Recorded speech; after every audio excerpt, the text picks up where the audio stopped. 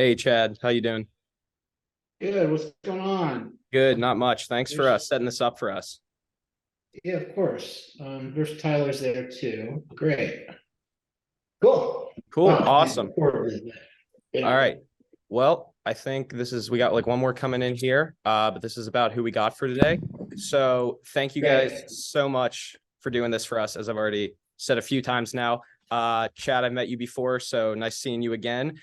Tyler, very nice to meet you, and thank you guys both for doing this interview with us. Would you guys Yeah. mind just introducing yourselves for the probably only two people in this room who don't know who you guys are and what you guys do?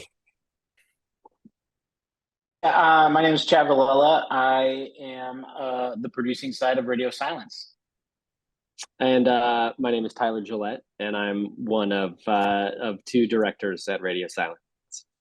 Yeah, and for those of you guys who saw the like PR post that we put out, Matt's not able to be here tonight, but he is the other director who's a part of Radio Silence, which is the group that these guys make up. Would you two mind telling us a little bit about your backgrounds and what you guys did in like high school and college to kind of prepare yourselves in a career in filmmaking? Chad, I know we talked last year, so some of these questions are going to sound familiar to you, but I know a little bit about your interesting background. But if you guys both wouldn't kind of mind giving like a rundown of what you guys did to get yourselves in the positions you're at. That's a great question. I'll let Tyler kick it off because I'm very interested in hearing his story. Yeah, so I mean, I loved movies as a kid. I grew up, was obsessed with movies. Was introduced to the horror genre early through my dad. I mean, my first horror movies, Terminator, Predator, Alien, things like that, RoboCop, and just always had a real fondness for movies, and really got into skateboarding in high school, and ended up behind the camera. Shot a lot of photos and videos, and sort of fell in love with media through that subculture, and that just grew and grew and grew. Spent summer school at USC when I was in high school, and learned some. You took like basic screenwriting, and just continued to fall in love with it. And then after high school, went to the U of A, and knew that I wanted to do something in film.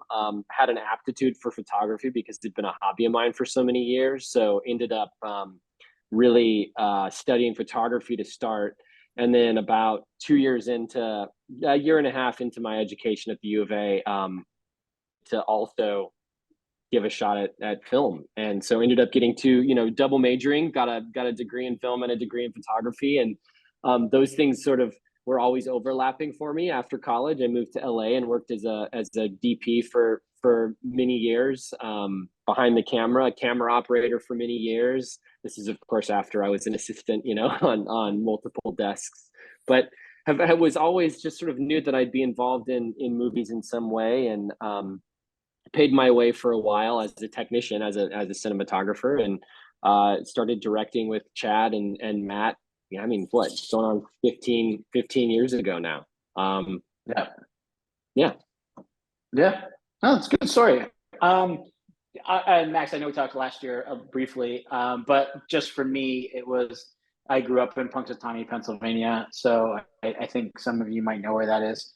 And there wasn't much to do, so we ended up making a lot of like movies on our own, and it would be me and just a couple friends would go out with a camera, and we would just make our own shorts and go from there. And even in high school and college, there are a lot of times I didn't want to write a paper or something like that, and I would just be like, "Could I make a movie instead?" And we would go out and script that and figure it out and use that as a presentation. And then in college, I also got into acting, so I came into this all through the acting side of everything. I did theater at Mercyhurst College. I did theater in Pittsburgh, at the public, and the small theater on the west side, or sorry, in the south side where I used to work. I used to bartend at Mario's in the south side. Um, and from there, did radio commercials and a couple other things, and decided to move to Los Angeles. And then when I did move to Los Angeles, I went to an acting class on my first day in LA, and I sat down in the back row because I was a little nervous, and sat down next to Matt. And Matt and I were like looking at like what it takes to be an actor in LA, and just thinking about, would that satisfy all of our creative urges and everything that we want to do, and the fact that we absolutely hated auditioning. So we were like, let's just make our own things, because nobody's going to write better for us than ourselves. So we started just jumping in and making our own things. And it used to be a trio of us called Chad, Matt, and Rob. And there would only be two people on camera because the other person was holding it. And you kind of just learn from the ground up. And then shortly thereafter, we got together with Tyler, and Matt worked with Tyler at New Line. And it was one weekend. We wanted to make an interactive adventure where we would make several different shorts, and they would be connected, and you like a choose your own adventure story, and you could go forward. And then we've been working together ever since then. And then luckily, like, some of our shorts got picked up by some other producers, and we got asked to be a part of this one film collective that we didn't know what it was going to be at the time, but we just said yes to it. And it was us, Adam Wingard, David Bruckner, Joe Swanberg, Glenn McQuaid, and it turned out to be VHS. And VHS got into Sundance, and then from there on, we were like, all right, I guess this is what we do now. We get to, for our adult jobs, we get to tell stories and make cool projects and continue down that path. And I know from there it kind of spiraled to where you guys are now, and I want to touch on that in a little bit. But back to kind of when you guys were doing the Chad, Matt, and Rob stuff and doing your Pranks Gone Wrong and choose your own adventure videos and stuff, what sort of like equipment were you guys using? Were you guys writing out full scripts, or was it a lot of improv stuff? And what were like your favorite genres to shoot when you guys were doing all that stuff? Yeah, no, I mean, we had treatments more or less than scripts, because we were doing a lot of improv. There would be beats we would have to hit, and you'd have to find the best way to get there. And there would be lines, and we would be directing each other and coaching each other as we were going through it. And then we started an action adventure comedy, and just was having a blast with that. And then our comedy started to go a little bit dark, which kind of just was a natural segue into horror. And we were able to do a little bit of horror as well, and combining prank videos with horror. And I think that's like where our initial like desire to subvert tropes and to like learn tropes, learn rules of each genre, and then find ways to flip it on its head a little bit. And so you're not going to get exactly what you were expecting out of something. And there were those Prank Gone Wrong videos that would just be something that you would think you would be watching a prank gone wrong, but then there would be an actual element of horror that would go into that as well. We'd shoot on anything we had at the time. Matt had a high 8 camera, and we were shooting on that. And then when Tyler joined, we were shooting on some better equipment and had better cinematography, and we were able to add a visual effects element from Justin Martinez, who came on board as well. And we were able to build everything out from there. Tyler, I think you're muted. Yeah. Yeah. I think I would just add, I think one of the things that really kept us creating was, I think, working within the limitations that we had, right? I think a lot of people, and I know that, I certainly had this fear when I first started making stuff, that if a set didn't look a certain way, if you didn't have a certain kind of camera and a certain size of a crew, that for some reason what you were making wasn't legitimate in some way. And I think that one of the early things that we discovered was that all that shit doesn't matter. Like, you demystify what you think the thing is supposed to be, and you use what you have. And so for us, it was really just about, and look, we're fortunate to live in LA, where we're a 30-minute, 45-minute drive from some of the most incredible locations in the world. And so we leaned on the things that we knew we had access to, and that we had access to cheap, to tell stories at a much larger scale than I think we even at the time thought that we could. And I think that ambition was just always something that we were trying to push. We always, every project after the last one, we would try to risk something bigger. We would try to achieve something bigger. We would try to use visual effects in some new way. And as we started, shooting more and more, the camera equipment would upgrade, and our skill set would upgrade. And and eventually I think you sort of learn the process enough to know just how to utilize all of the things that you have, regardless of the scale. And you guys, obviously, you kind of grew up in a very different time than right now. And the filmmaking climate has changed so much, especially with stuff like YouTube and just being able to shoot on phones. So what would be like the biggest piece of advice you guys would have for like young filmmakers and people wanting to get into that? I mean, mine would be just to go out and do things. Like, obviously, you're not going to have the biggest budgets in the world, but you learn creativity through necessity, and you're able to build off of every skill set you gain along the way. I think doing is the best education possible. Making shorts now and trying to make a feature film now, like, just go for it, like, try it. Maybe start with like a 2 to 3 minute thing, and then make sure you learn structure and story as well, so it could be adapted to a longer format, because you want to make sure that you have the act breaks, and you have the movements of a traditional narrative structure, no matter how long your piece is, be it 2 minutes, 5 minutes, 20 minutes, or 90 minutes, and just dive in that way, and learn by doing. Yeah, I think that's right. I think that I think it's one of the great things about the era we're living in is, everybody has a phone, has a camera in their pocket, and a lot of them are higher quality than any of the things that we started shooting on. But I also think the kind of challenge of the time that we're living in is, I think that we are we're inundated with more content, more media. You're right. It's easier to consume more great things in a day than it ever has been. And I think that there's a little bit of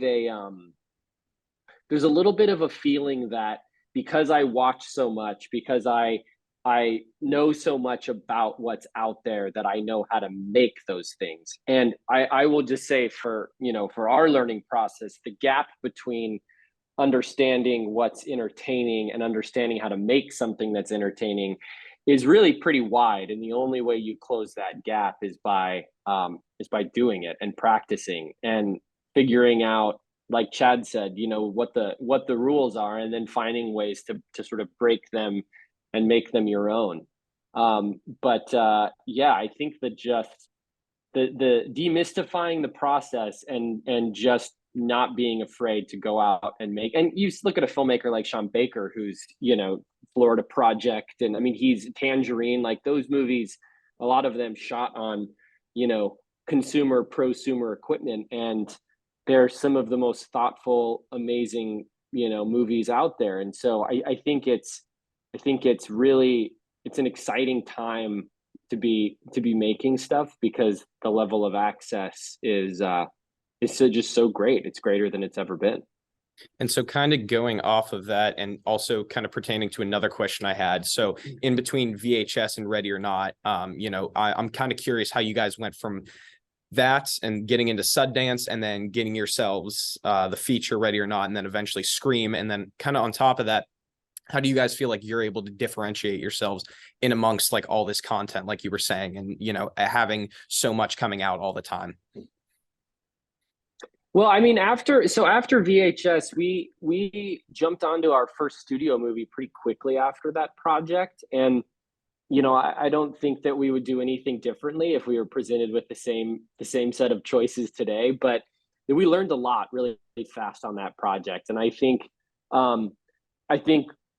we learned a lot of things that we do well. We learned a lot of things that we don't do well. And that project, honestly, I think, for good reasons and bad reasons, kind of put us in director's jail for a couple of years. But it was this really, I think it was an eye-opening experience to suddenly have access to a process that I think, you never dream you're going to get to have access to when you're just starting out, and to then have it not go the way that you sort of hoped it would. I think what it ultimately forced us to do was to kind of look inward at our group, at the thing that we had created, and go, yeah, all right, how do we want to move forward with this? Like, there was every reason for us to just kind of pack up and be like, damn, we sort of had a chance at the big game, and we lost. But instead, we just went back to basics. We started writing our own projects. We made another indie film, and I think reminded ourselves what it was that we loved about the process in general. And then, as I think, it's the second you're not focused on the thing, it kind of happens. And so as we were making Southbound, Ready or Not popped up on our radar, and we signed onto it as soon as we could because it was such an incredible script. But that one took a while to get made. It was three years, before we would end up on set shooting that movie. But it really was just, I think it's just about, we were always in it for the right reasons. I think that we always wanted to just continue to make stuff together. And at the end of the day, having that failure sort of early on in our careers, I think was really rewarding in the sense that it forced us to kind of examine what ultimately was important to us. And that really set the path that we've been on now for the last, I don't know, 10 years. Yeah, no, and I'll just add that, I mean, failure is like 95% of the game, if not more. Like there's so many, everyone out there will say no to you. And I think that's something you just got to get used to and, get aware of. And I mean, like even like our company name is Radio Silence because when we were Chad, Matt, and Rob, when we had a little bit of success on YouTube and everything like that too, we would have a ton of meetings, around town, and people would always be like, "Hey, we'd love to work with you. Let's find something to do together." And then we'd pitch them an idea, and then we wouldn't hear from them again. So it was like an inside joke that like, "Hey, did you hear back from so and so?" We'd be like, "Nope, Radio fucking silence." So we just wanted to keep that as a name, that would be around, that would always inspire us to be like, you're only going to do it if you do it yourself, and you only need yourself to do it. So like that's kind of the mentality that, yes, there will be failures, there will be bumps along the way, but as long as you're true to your voice and true to yourself and your own vision, then I think that's the best thing to move forward. And I think what, like, when you asked what makes us stand out a little bit too, and I know Tyler touched on this a little bit because he was talking about satisfying our own sensibilities and our collective sensibility together, and bouncing things off of each other, and making sure that every idea we have is battle tested. But I think what we really take pride in is the tone that we bring to projects like Ready or Not, like Scream 6. Like we're able to like balance that thing of like genuinely terrifying horror, and then having moments of heart and levity. So you find characters that you can relate to that are grounded in reality, even though the circumstances that they are going through are pretty extreme. So I think that's like a bigger part of what we do, and what how we stand out, and like we subvert the tropes that normal horror might really lean into. We try to like find new ways to do that, and then we also like to build out the tension and live in that tension as long as we can, and then you might get a laugh at the end of that rather than a kill, and that unexpectedness keeps people coming back and keeps them engaged in the movie for a longer amount of time. Yeah, and those sensibilities you guys had described building kind of over the course of your time on YouTube, but also, making the movies, and through the failures that you guys had kind of had, or the lessons that you guys had learned through that, you did land in directing and producing Scream, which is one of the biggest horror franchises of all time. And you picked it up about 10 years after the fourth one, and you're kind of filling in the shoes of Wes Craven. So like, how were you guys able to bring what you guys had developed and kind of fill in those shoes, but also create a new cast of characters, and now this whole new legacy for the film, and kind of spinning off a franchise with an entirely new cast from the original? Yeah, I mean, I think we're in the fortunate position that as fans of Wes Craven and Kevin Williamson, the original 4 Scream movies were so formative to us. They were, in so many ways, I think, the blueprint for like what we love to do, and we were influenced to such a significant degree by those movies that I think the tone that we love that kind of comes naturally to us is really, in so many ways, just aped directly from those films. So in a weird way, it feels like kind of come home. Like Scream is a really comfortable place for us to be in. Now it's not comfortable in the sense that, you know, you're standing on the shoulder of giants like that, and the first thing on your mind is, God, we can't fuck this up. Like, we've been given this golden ticket, and we have to make sure that we do it right, that we make a movie that we as fans of the franchise would want to see. But I think that, you know, thankfully within that franchise, you know, the kind of built into the DNA of what makes those movies great is that they really embrace risk taking. And you can tell that Kevin and Wes, with all of the Scream movies, were challenging themselves and challenging their own sensibilities.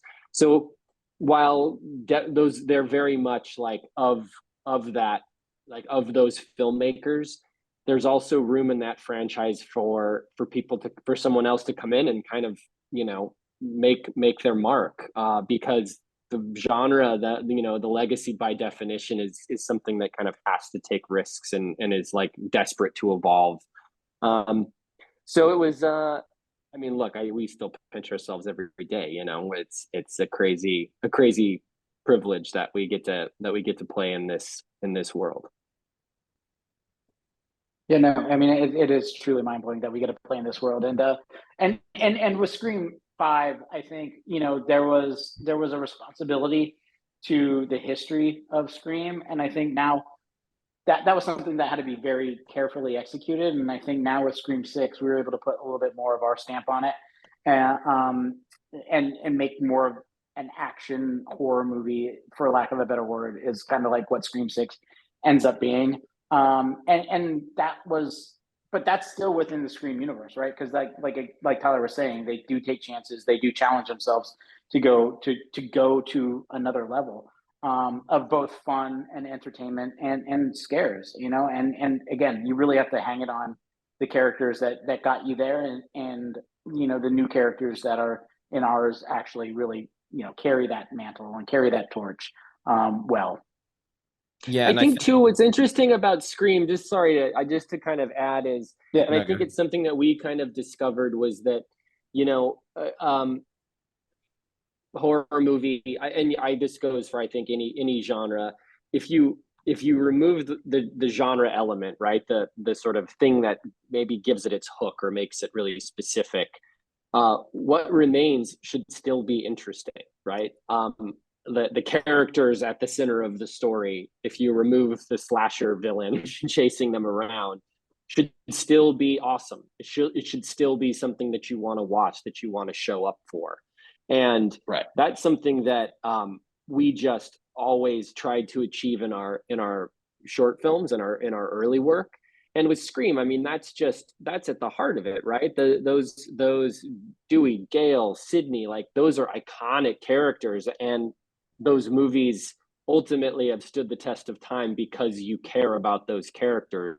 And so it was really satisfying to get to step into a franchise that, yeah, while it's certainly it has a lot of sparkle, and Ghostface is fucking awesome and really scary and really fun, none of it matters if you don't care about the characters, you know, that the story is, you know, sitting on the back of. And so it felt really great and really natural to jump into something that was so character first. Yeah, and I think given all these things that you guys have talked about, you guys kind of ended up in, I feel like, a franchise that really lended itself to like letting new people kind of come in and play with it, especially when every movie kind of comments on the fact that it's like a sequel or a trilogy or a soft reboot or something. And so you guys kind of did that fun stuff in the fifth one, where it's like with the stab, I think it was Stab 7 in that movie, and Jack Quaid's character is like looking at the website and seeing all these forums and all these, you know, toxic fans or whatever on Reddit, basically like shit talking the reboot. And I think you guys were kind of able to like take that and like take what fans had said about stuff like the new Star Wars or, you know, whatever recent reboots there have been, and kind of just be like, we're going to do our own thing anyways. And so now Scream 6, which is coming out in just a week now. Is there anything you guys can kind of tell us about that hasn't maybe already been in the trailer and the clips? Nothing like huge, but just in terms of what the creative process for this new movie was, and kind of stepping away from, you know, the traditional suburban landscape of the Scream 5 and Scream 1. Yeah, I mean, just to start, this is going back to the whole process of making everything right. It's like we kind of got the band back together. So it was the exact same team that put together the last movie. So screenwriters Jamie Vanderbilt, Guy Busick, producers William Sherrick, Ron Einstein, Jamie, us, and we all approached it to be like we knew we had to top what came before, and we knew we had to go to a different place with this all. And the story, the script that Guy and Jamie wrote, like we did some deeper development on it at the beginning just to make sure that we were all thematically aligned with what we wanted these characters to go through. And then knowing that we had, at the heart of it, we had Melissa Barrera and Jenna Ortega to really hang the franchise on and really explore their relationship as sisters and how they can grow within the franchise. So I think you kind of just went back to the well and you're like, all right, let's battle test what we can do and let's see how far we can push this, and then let's just make sure that our mystery is there, because like that's the one thing about Scream, right? It's not only a horror movie, but it's a murder mystery. So you have to have both elements, and you have to serve both elements of that in the story and in the script phase, and make sure that it really works. And you're like, because you're following these characters through this all, and you really want that whodunit element to make sure that really delivers. And then with this city being New York, I think what we say a lot is like it's easy to feel alone in the suburbs or in the middle of the woods, right? Like it's easy to just find space, but sometimes when you move to a new city, like a New York, you could be surrounded by millions of people and still feel alone. And I think that's what this movie does, especially well. Yeah, and I would say that the assignment on the last Scream movie was, I think, to remind audiences and to why Scream should be back, right? Should exist in their lives, and to bring new audiences who maybe aren't familiar with the franchise into the fold. So in order to do that, I think that we had to lean pretty heavily on the nostalgia of what those movies are and what they kind of mean to people. And so, we say that Scream 5 is really sort of the greatest hits.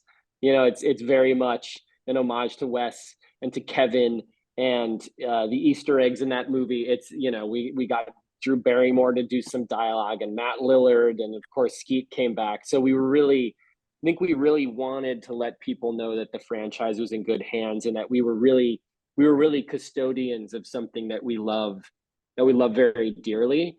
And I think 6 is really a reaction to that. I think in every way, Scream 5 is nostalgic.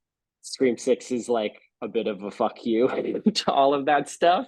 And right. Which isn't to say that it's not like fully steeped in all of the fun Scream stuff, and it's very much like in the lineage of its predecessors. But I think that for us to get excited, we just had to do something wildly different. And the setting is a big part of that, of course, but I think it's also just there's a sort of punk rock ethos to the movie that feels really, really different. It feels like it's a little bit more down and dirty.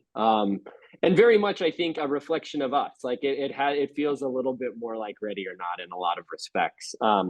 But while still very much being a Scream movie. Yeah, I'm really looking forward to it. Everything I've seen from the trailers and the promo, and now especially talking with you guys, I'm extremely excited to see how this turns out. I will definitely be seeing it, and I will be seeing it next week at the Monroeville Mall where they shot part of Dawn of the Dead. Yeah, I know, yeah, Chad, yeah. You've been there before. Before I kick it over to some students who had asked some questions, I had one more also pertaining to another franchise that I've heard you guys may or may not be working on from another horror director. Is there anything else you might be able to tell us about the Escape from New York project that I've heard that you guys might be working on? Yeah. Anybody have any good pitches? Yeah. Come on, pitch us some ideas. No, I got nothing. If anyone else here has one, you can come up here and.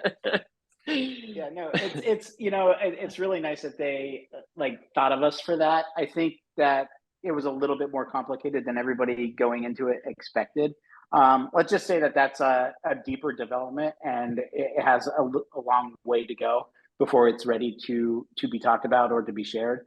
But again, to be able to do Wes Craven and then live in John Carpenter's world we're not looking to do any remakes or reboots. We're like looking to build on legacy. And I think that's kind of like, what can we add? What chapter can we add to that franchise is the way we will approach it. And we will always approach it that way. We're not going to try to invent a new Snake Plissken, but we want to live in that world and play in that sandbox. And again, it's going to be, it may come to fruition. It may all be for naught, but like, as horror movie nerds and genre nerds and fans of Carpenter, it's a blast to be in those conversations, and we'll see what we cook up or not. Or they might tell us to go away pretty quickly. We don't know, but that's just the way it goes. Tyler, anything else from you, or was that about pretty much same thing Chad said? No, Perfect answer. It was a perfect answer. Yeah. I think Chad nailed it. I'm sitting here thinking, God, we're masochists. Like stepping into Wes Craven's footprints and then into John Carpenter's, like we're just trying to fail at this point. All right. Well, we're going to switch over now to some of our students who submitted a few questions for you guys and give them a chance to talk to you guys too. So can you guys hear me okay on there? Yeah. Cool. Gabe, you were first.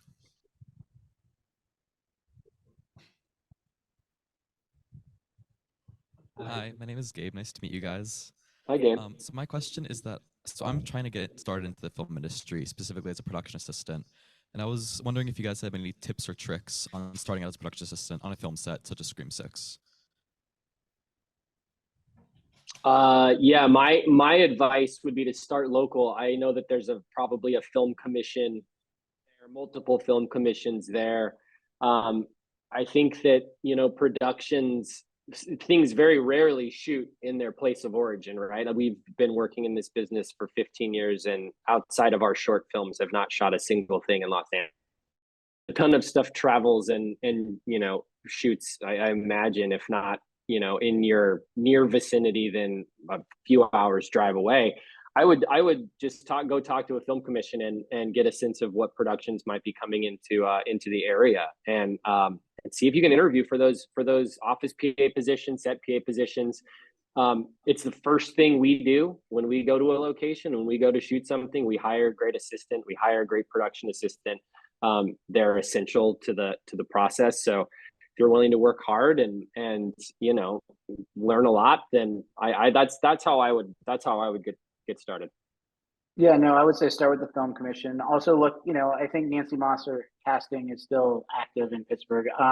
Like she's always on top of what's going on and where the new jobs will be. We do have friends who have shot in Pittsburgh as well. So we know people who have worked there at some of the stages, and you guys have done Mindhunter and Archive 81, and I believe a few other shows that have been shot there over the last 2 to 3 years. And it's all about starting somewhere, right? And just getting into it somehow. And I know there's a Northwestern Pennsylvania Film Commission too in Erie, and they're trying to draw more films there too. I have a budget for Pennsylvania for one of the other films that we're producing right now that I'm trying to get there, because it's my dream to be able to shoot back in Pittsburgh, because I just love the aesthetic of it, and it is truly unique. So I think it just keeping an ear out for what productions are coming to town and seeing who the local locations managers are. So you could be talking to them, because those are the people who are the pros about the town. So if you know who the location managers are, like just get in with them and say you'd be willing to PA for them or for any production that comes into the town. Find the local producers, find the local commercials that are being produced there.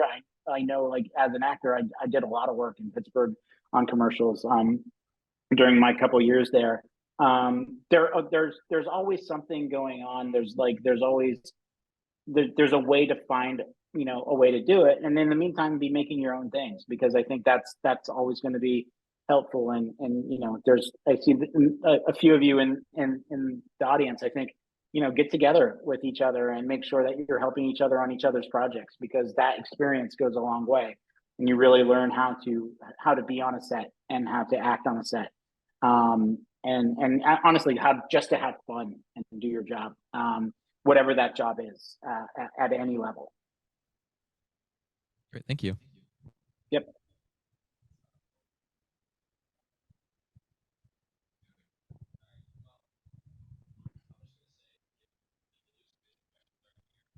We can read the questions, but yeah. We'll open it up, and then if there's time,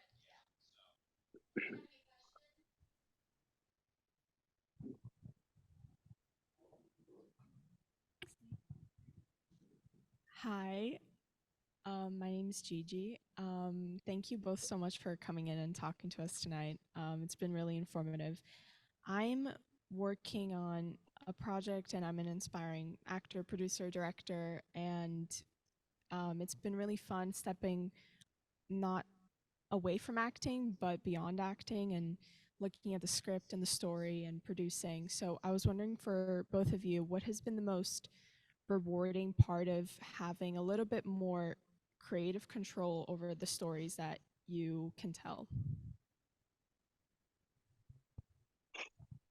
Good. I mean, I think I it's I think it's I mean, I think it's everything. I think that and look, you always have to relinquish control, right? At some point, because it's a collaboration, I think that you have to learn how to play well with others, and you have to learn parts what parts of the idea can bend and what parts of the thing are non-negotiable to you. But I think, you know, for us, so much of that comes down to what's in the script and really making sure that the script is as bulletproof of a blueprint for the thing you want to make as possible. And by the way, that's tone, that's the way that it sort of feels on the page. Like all of that stuff can be communicated in the writing, and I think it's valuable for it to be communicated in the writing. The better that you communicate that in the writing, the quicker you're going to get like-minded people on board with your idea, and the fewer battles you're going to fight about the things that you ultimately think are the most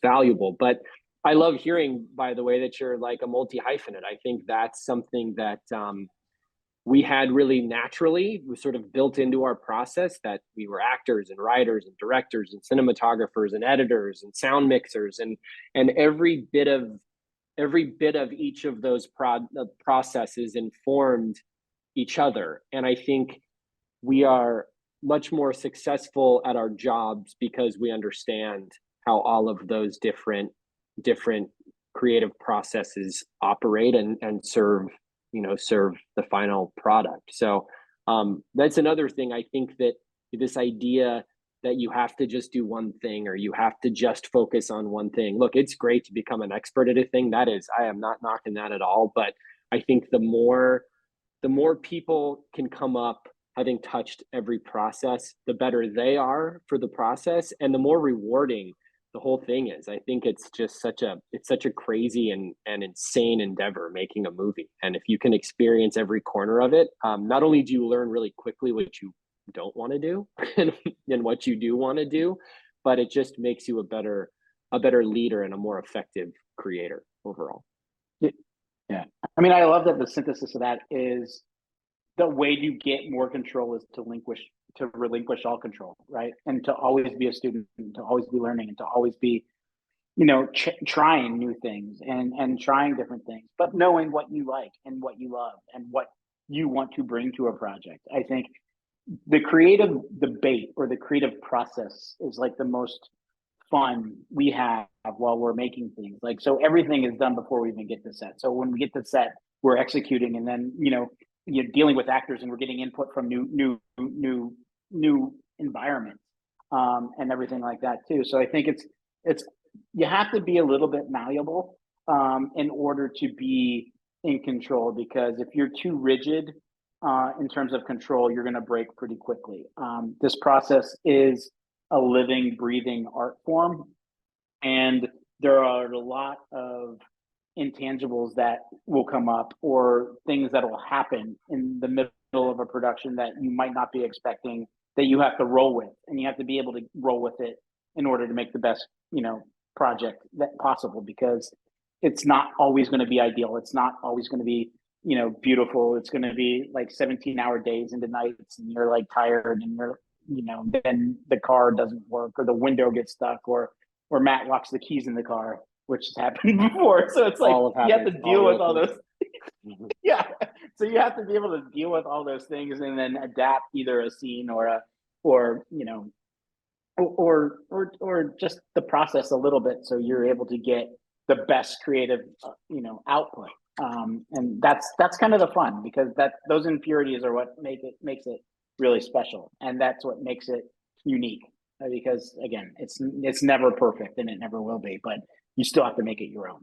Yeah, I think just to sort of summarize that, I think that a lot of people are afraid of friction, right? That's the scary thing, like friction, conflict. Somebody saying, "I don't agree with you," like that doesn't always feel great. But this is something that we've learned, having beaten the egos out of each other for 15 years, that friction is actually a really essential part of the process. That people saying, "I disagree," or "I think we can do it better," that there's actually opportunity in that. It's not just something to be afraid of. You don't have to put up a fight for everything. It's okay for a dialogue to exist in between those two spaces, and that's an important lesson to learn, because it's going to happen regardless of the scale of the project you're working on. Thank you so much. Yep.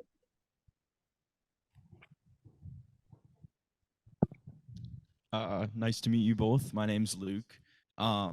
Chad, I know you spoke a little bit about it, like with comedy, and Ready or Not and Scream are, thriller horror movies, but they also implement comedy into it.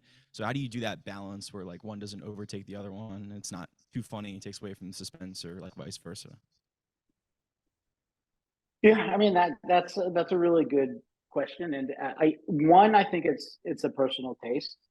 Two, I think Matt, Tyler, and I are very adamant about never playing it for the joke, right? And I think what we do with those moments is we ground everything first and foremost through character, and we want our characters to be in the situation and to respond like a normal human would respond in those situations. I think one of my favorite moments is, I think, in Ready or Not, when the first, for those of you who haven't seen it, here's a little bit of a spoiler, but somebody explodes, and then one of the characters actually says, "What the fuck?" And I think that, like, we timed it so it was the body would explode, and then you'd hear somebody in the audience say, "What the fuck?" And then the character would say, "What the fuck?" And then we're like, that's exactly what we want to go for. We want it to be grounded through character. And again, we've been doing that for a long time. I think all of the Chad, Matt, and Rob stuff that we did, all of the early stuff we've done as Radio Silence, we've had not experts in insane situations. Like our segment for VHS was a group of dipshit friends went to a haunted house party, and went to like a costume party, and they went to the wrong address, and they ended up in the middle of an exorcism. So it's like that, those types of elements. What are those situations? What are those characters, and what are they going through? And then on top of that, what is coming into that world, and what is the extreme situation? Is it devil worshiping rich people, or is it like a mass serial killer? Like, those situations, you're going to react different to those. Some are going to be terrifying, and some are going to be kind of funny and make you laugh. But I think at the end of the day, it's all because you're living in this extreme tension, and it's really, really taut. And like, the more tense the situation is, any release you give at the end of that is going to be rewarded. If it's a splat or if it's a laugh, it's going to be a release of that tension. And I think you could just build on that, and then you let it snowball out of that. Yeah, I also would say, and this is just kind of I think it's just a taste thing. Not knocking, the like more comedic horror comedies, but for us, the second it feels like a character is making a joke, it gets cut. And that is just very simply because we don't like the stuff that we make. And again, there are 1,000,001 examples of movies. Shaun of the Dead is the first one that comes to mind, that is very aware of its sense of humor. But we just love it when it's the situation, the absurdity that's funny, and not necessarily a funny character. And that doesn't mean you don't have a character who just is the comedic relief and has a naturally comedic sensibility. Like that's really valuable, but they have to be grounded in the reality of the story in a way that doesn't feel like it's breaking beyond the guardrail that you've sort of set tonally. Yeah. Thank you.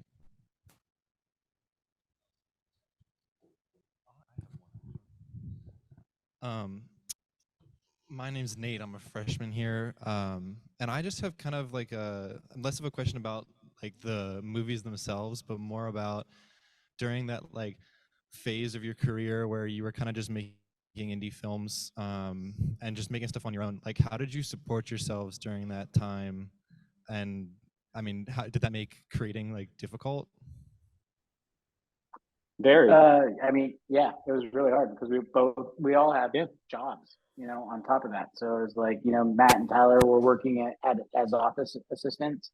I was bartending and, doing that type of thing. And it would be, we'd get together and work from 9 to 5 when we could. And then we'd go work from 6 to 11, and either flipping the creative and the work to whichever times those were.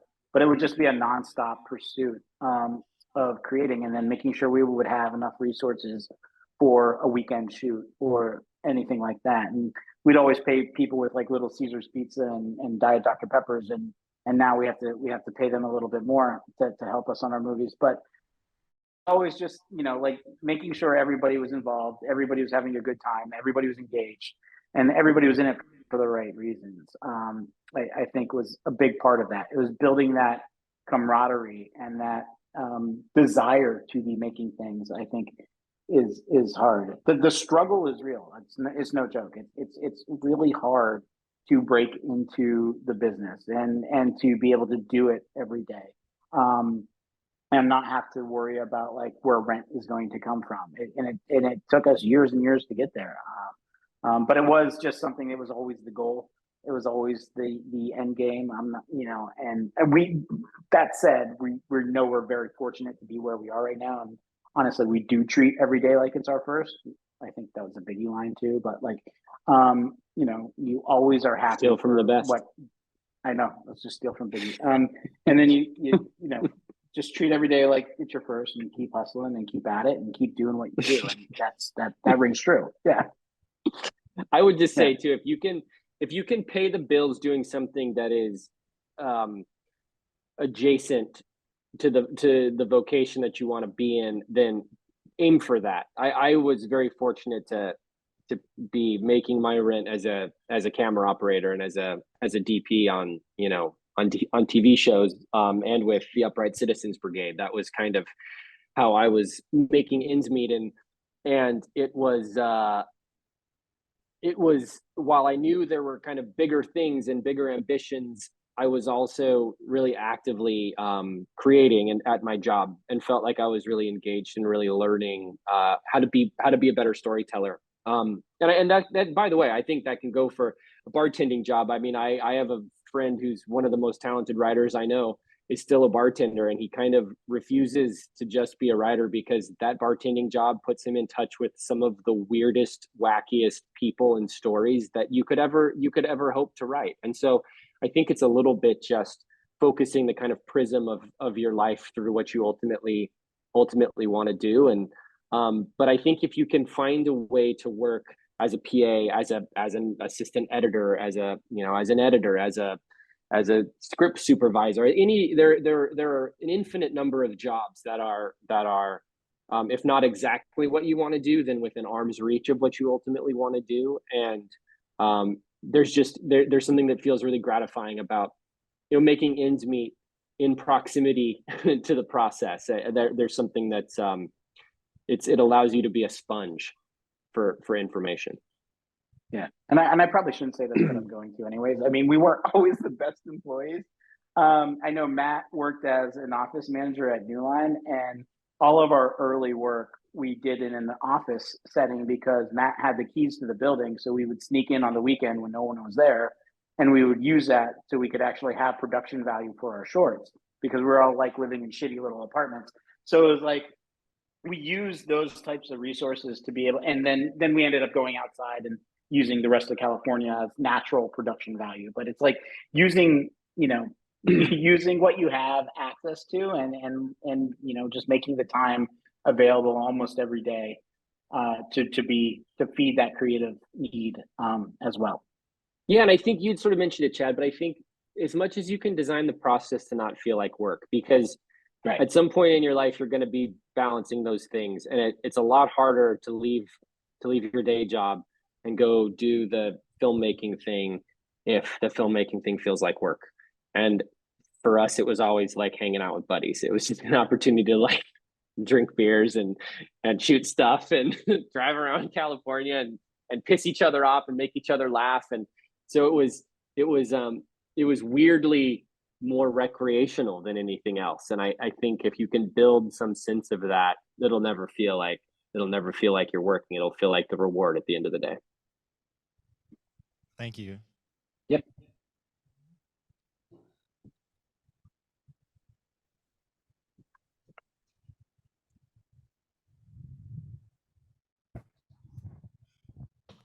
Hi, my name's Dominic.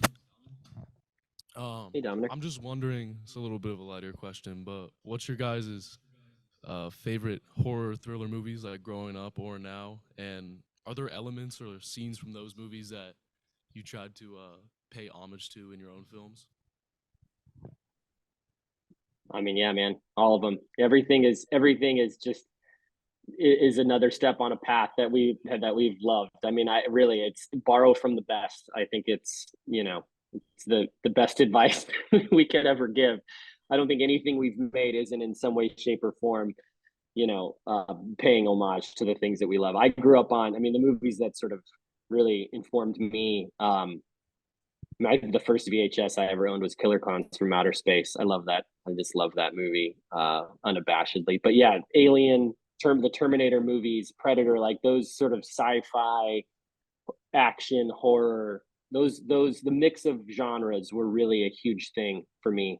But also the big action adventure stuff. As Chad had said, that was our origin, was telling big kind of Amblin-esque, action adventure stuff on a budget. And so, Indiana Jones, E.T., like all of that stuff is very much in our creative DNA. And I think that that's sort of maybe stating the obvious, because I think a lot of those movies are the business, the foundation of what filmmaking was kind of built on those things. But yeah, all of that work was just wildly influential.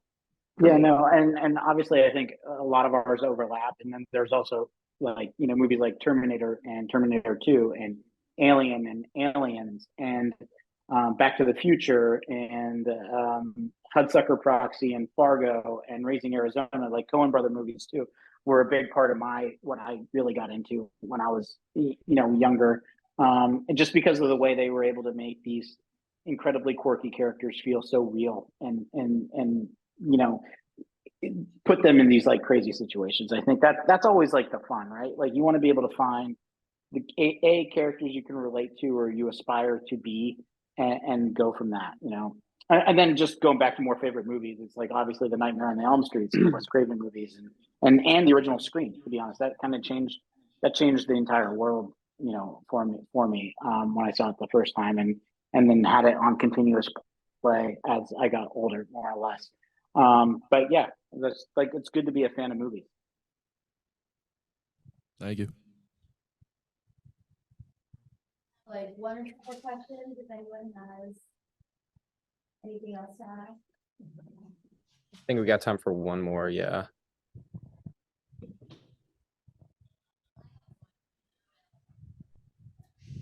Can I ask you guys a question real quick? Like, what is this like a class? Is this a class, or is this just a group of people interested in filmmaking?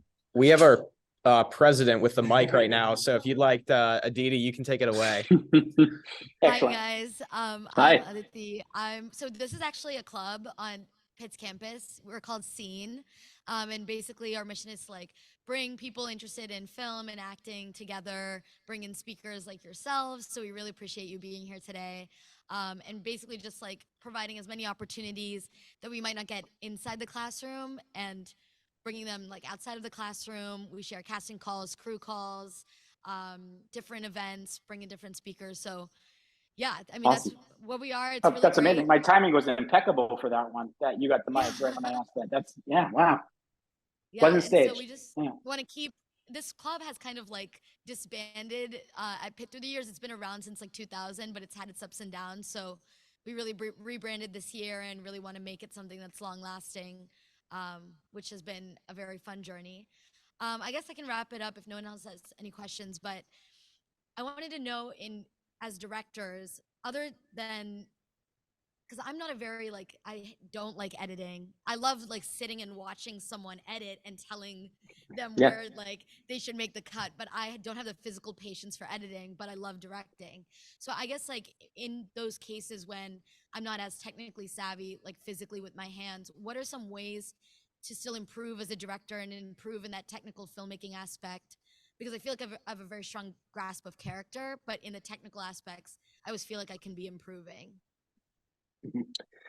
Yeah, I mean, I think just watching as much as you can and watching the things that you love and trying to understand why those things make you feel the way you feel, because it's not accidental, right? I think that's one of the things you learn really quickly, and especially when you're answering something on a larger, working on a larger scale.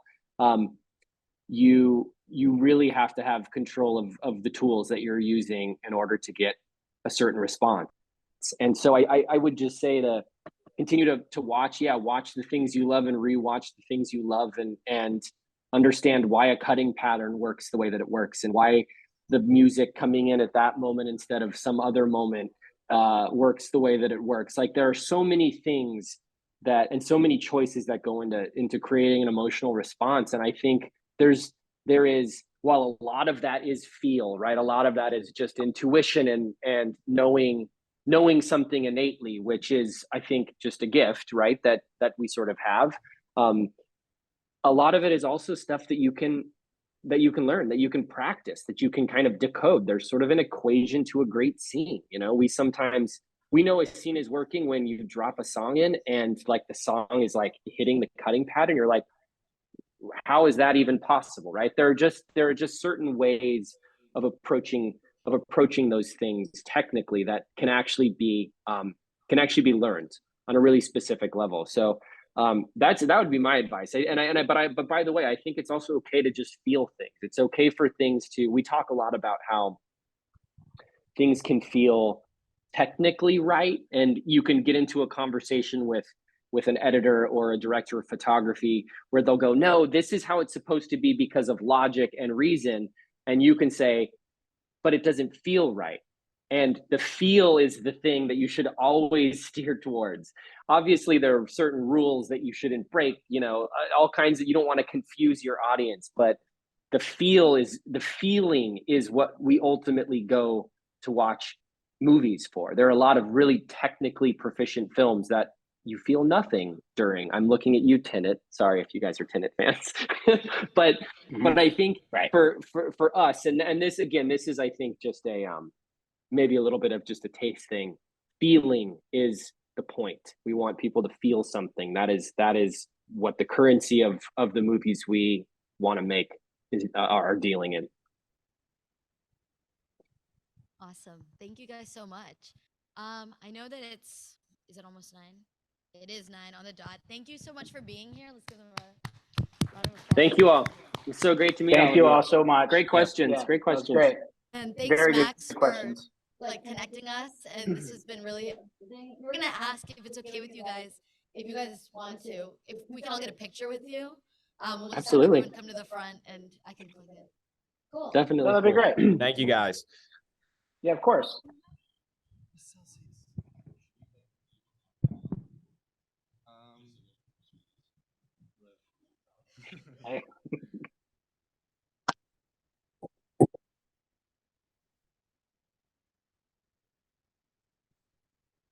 So everyone come up here. All right, what's the best way? Feel free. Hey, maybe you should go around the Maybe other I side. should. Yeah. I'm given bulk. Max, make sure you send us this picture too, because Yeah, I will. All right. I'll email it to you and or send a fleck. That's good. Yeah, great. Everyone gonna get in?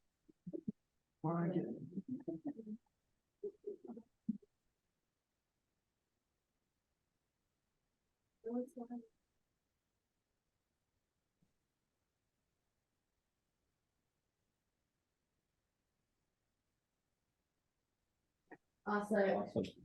Thank you guys. Thank you. Thank you. Thank you so much. Take care. Hey, see you guys. Thank you again. See you. See you, dude. All right. Have fun. Bye. Hey, see you. Bye.